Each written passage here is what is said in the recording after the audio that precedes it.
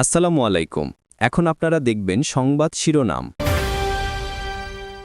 Israeli ভূখণ্ড লক্ষ্য করে এবার ব্যাপক মিসাইল হামলা ইরানের। Tel Aviv, Haifa, Ben Gurion বিমানবন্দরে ব্যাপক ক্ষয়ক্ষতির দাবি তেহরানের। লড়াই চালিয়ে যাওয়ার ঘোষণা আরাকচির। চাহিদার অতিরিক্ত জ্বালানি তেল নিতে পেট্রোল পাম্পগুলোতে লম্বা লাইন। বিভিন্ন যানবাহনের তেল নেয়ার পরিমাণ নির্ধারণ, অহেতুক মজুদ না করার আহ্বান প্রতিমন্ত্রীর। আমরা যদি সকলে স্বাভাবিক থাকবার চেষ্টা করি তাহলে ইনশাল্লাহ এই সংকট এখনো নেই, ভবিষ্যতে তৈরি হবার মতো আমি কোনো আশঙ্কা অনুভব করছি না। বললো যে আজকের মতো শেষ, রোববার আসেন। মানুষ কি যে বুঝতেছে আমরা কিছু বুঝতেছি না। তেলের মধ্যে তেল পাবে না বলে আশা দেখতে তো পাচ্ছেন কি অবস্থা। মধ্যপ্রাচ্য পরিস্থিতি বিবেচনা আর নতুন সরকার গঠনের পর পল কাপুরের সফর বিশেষ গুরুত্বপূর্ণ। অভিমত বিশ্লেষকদের আলোচনায় অর্থনৈতিক সম্পর্ক। তাদের স্বার্থ হলো যে একটা ফ্রি ট্রেড হবে, ফ্রি চলাচল হবে। ট্রাম্প অ্যাডমিনিস্ট্রেশনের ট্যারিফ পয়েন্ট অফ ভিউ থেকে দেখি সেখানেও একটা কন্টিনিউটির বিষয় আছে। আমি নিশ্চিত এই বিষয়ে যথেষ্ট আলোচনা হয়েছে।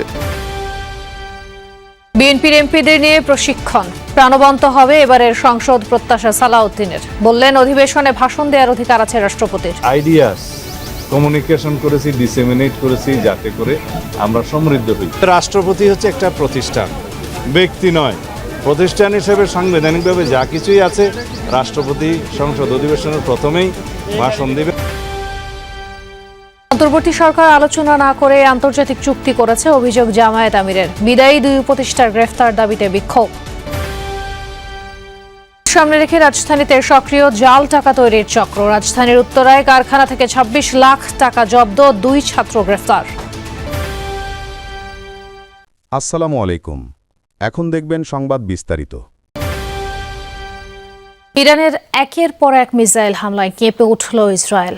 শুক্রবার বেন গুরিয়ন বিমানবন্দর, হাইফা পোর্ট সহ রাজধানী তেল আবিবের বিভিন্ন স্থানে ক্ষেপণাস্ত্র হামলার কথা জানিয়েছে ইরানের বিপ্লবী গার্ড বাহিনী।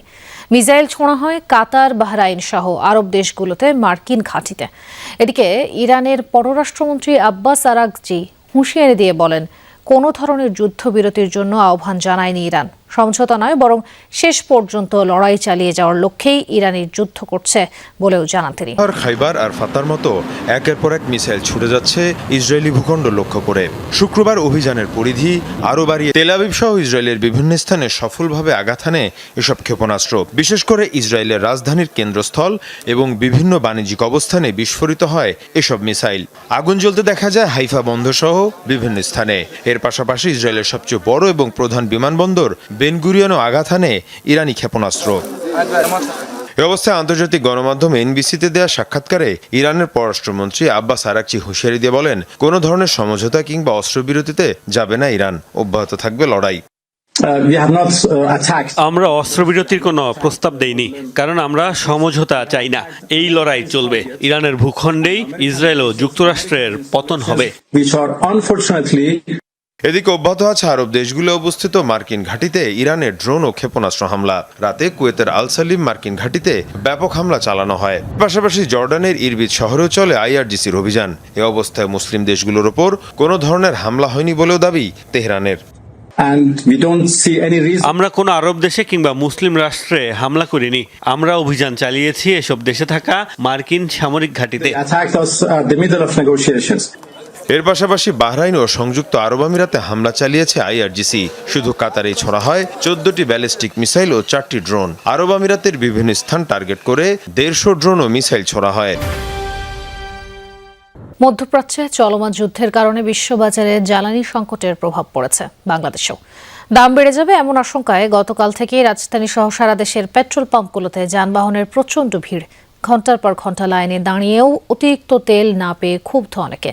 সংশ্লিষ্টরা বলেন, আতঙ্ক থেকে মানুষ বেশি তেল সংগ্রহ করছেন, যার ফলে চাপ পড়েছে পাম্পগুলোয়। ফিলিং স্টেশন, যেখানে জ্বালানি নিতে গাড়ির চাপ। দাম বেড়ে যাওয়ার আশঙ্কায় সকাল থেকেই পেট্রোল পাম্পগুলোতে দেখা গেছে ব্যক্তিগত গাড়ি ও মোটরসাইকেলের লম্বা সারি, কোথাও কোথাও সেই লাইন ছড়িয়ে পড়েছে মূল সড়ক ধরে বহুদূর। ঘন্টার পর ঘন্টা দাঁড়িয়ে থেকেও মিলছে না পর্যাপ্ত তেল।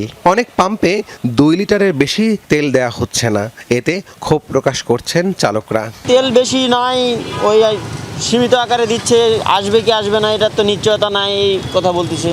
মাত্র 200 টাকা, আর তা আপনাদেরকে দেখে তো পাম্প খুলছে, আপনারা চলে গেলে আবার বন্ধ করে দিবে। আতঙ্ক অবশ্যই আছে, আতঙ্কের কারণেই তো এই যে তেল নেওয়ার জন্য এখানে পাম্পে চলে আসি। এদিকে জ্বালানি তেল বিক্রির পরিমাণ নির্ধারণ করে দিল বাংলাদেশ পেট্রোলিয়াম কর্পোরেশন বিপিসি। নির্দেশনা অনুযায়ী ফিলিং স্টেশনগুলো মোটরসাইকেলে সর্বোচ্চ 2 লিটার, প্রাইভেট কারে 10 লিটার, পিকআপ বা মাইক্রোবাসে 25 লিটার পর্যন্ত জ্বালানি তেল বিক্রি করতে পারবে। লোকাল বাসে 80 লিটার, এছাড়া আন্তঃজেলা বাস, ট্রাকে 220 লিটার তেল দেওয়া যাবে। বিপিসি জানিয়েছে, জ্বালানি তেলের কৃত্রিম সংকট সৃষ্টি বা মজুত করে রাখার চেষ্টা হলে আইনানুগ ব্যবস্থা নেওয়া হবে। এদিকে গুজবে কান না দিয়ে বা আতঙ্কিত হয়ে অতিরিক্ত জ্বালানি কেনা থেকে বিরত থাকার আহ্বান জানিয়েছেন বিদ্যুৎ ও জ্বালানি প্রতিমন্ত্রী অনিন্দ ইসলাম অমিত। দেশে পর্যাপ্ত জ্বালানি তেলের মজুত রয়েছে এবং সরবরাহ স্বাভাবিক রাখতে সরকার প্রয়োজনীয় পদক্ষেপ নিচ্ছে। আন্তর্জাতিক বাজারে যখন অস্বাভাবিক মূল্য বৃদ্ধি পেয়েছে, স্বাভাবিকভাবে এটি অর্থনীতির উপর একটি চাপ তৈরি করছে, সমন্বয়ের প্রয়োজনীয়তা দেখা দিতে পারে। আমরা চেষ্টা করব যতক্ষণ পর্যন্ত তেলের মূল্য বৃদ্ধি না করা যায় আমরা সেটুকুই চেষ্টা করব। একান্ত যখন পারবো না সেটি অবশ্যই জনগণের সাথে আমরা সেটা শেয়ার করব। দুশ্চিন্তাগ্রস্ত হওয়ার কোনো কারণ নেই। আমরা যদি আমাদের স্বাভাবিক চাহিদা অনুযায়ী আমরা তেল নেই পেট্রোল পাম্প থেকে, আমি মনে করি সংকট আগামীতে হবে না ইনশাআল্লাহ। মধ্যপ্রাচ্য যুদ্ধ পরিস্থিতি বিবেচনা এবং গণতান্ত্রিক সরকার ব্যবস্থা গঠনের পর যুক্তরাষ্ট্রের দক্ষিণ ও মধ্য এশিয়া বিষয়ক সহকারী পররাষ্ট্রমন্ত্রীর সফর বিশেষ গুরুত্বপূর্ণ বহন করবে বলে এমনটাই বলছেন বিশ্লেষকরা। তাদের মতে আঞ্চলিক স্থিতিশীলতা নিশ্চিত, রাজনৈতিক সহাবস্থান জোরদার এবং অর্থনৈতিক সম্পর্ক বৃদ্ধির লক্ষ্যে ঢাকা ওয়াশিংটন আলোচনা হয়েছে, যা বাংলাদেশের সংসদীয় ব্যবস্থাকে কার্যকর ও দক্ষিণ এশীয় অঞ্চলে যুক্তরাষ্ট্রের প্রত্যাশাকে পূরণ করবে। 2025 সালের নভেম্বরে যুক্তরাষ্ট্র তার ন্যাশনাল সিকিউরিটি স্ট্র্যাটেজি বা জাতীয় নিরাপত্তা কৌশল প্রকাশ করেছিল, যার মাধ্যমে ইন্দো প্যাসিফিক স্ট্র্যাটেজিকে গুরুত্ব দিয়ে এই অঞ্চলে স্থিতিশীল অবস্থার প্রত্যাশা করেছিল তারা। একই সাথে অর্থনৈতিক সম্পর্ক উন্নয়নে জোরদার ভূমিকা রাখার কথা বলা হয়েছিল সেই কৌশল। সাউথ এশিয়ার প্রত্যেকটা দেশের যে অভ্যন্তরীণ যে ডাইনামিক্স যেটা আছে, এইটা যেন কোনোভাবেই ভলাটাইল যেন না হয়ে যায়, এবং আলাপ আলোচনার একমাত্র কেন্দ্রবিন্দুই হলো পার্লামেন্ট। সো পার্লামেন্টে যারা প্রতিনিধিত্ব করে তারাই জনগণকে প্রতিনিধিত্ব করছে। সো এই যে একটা কালচার, এই কালচারটাকেই উনি হাইলাইট করার চেষ্টা করেছেন by talking to different political parties. ত্রয়োদশ জাতীয় সংসদের প্রথম অধিবেশন সামনে রেখে দলীয় সংসদ সদস্যদের নিয়ে 2 দিন ব্যাপী প্রশিক্ষণ কর্মশালা শুরু করেছে বিএনপি। সংসদের নানা বিধিবিধান সম্পর্কে অভিজ্ঞতা বিনিময়ের জন্য প্রধানমন্ত্রী তারেক রহমানের নির্দেশে এই কর্মশালার আয়োজন করা হয়। অংশ নেন তিনি নিজেও। দলটির স্থায়ী কমিটির সদস্য সালাউদ্দিন আহমদ জানান, এবার প্রাণবন্ত একটি সংসদ দেখবে দেশের মানুষ। রেওয়াজ অনুযায়ী প্রথম অধিবেশনের ভাষণ দেবে রাষ্ট্রপতি। ত্রয়োদশ জাতীয় সংসদ নির্বাচনে বিএনপি থেকে নির্বাচিত হয়ে শপথ নিয়েছেন 208 জন সংসদ সদস্য, যার মধ্যে প্রথমবারের মতো সংসদে যাবেন 146 জন। নতুন নির্বাচিত এসব সংসদ সদস্যদের সংসদীয় কার্যপ্রণালী, আচরণবিধি, বিল প্রণয়ন, পর্যালোচনা সহ নানা বিষয়ে অবহিত করতেই 2 দিন ব্যাপী এই কর্মশালার আয়োজন। উদ্বোধনের পর বিএনপির সংসদীয় দলের নেতা ও প্রধানমন্ত্রী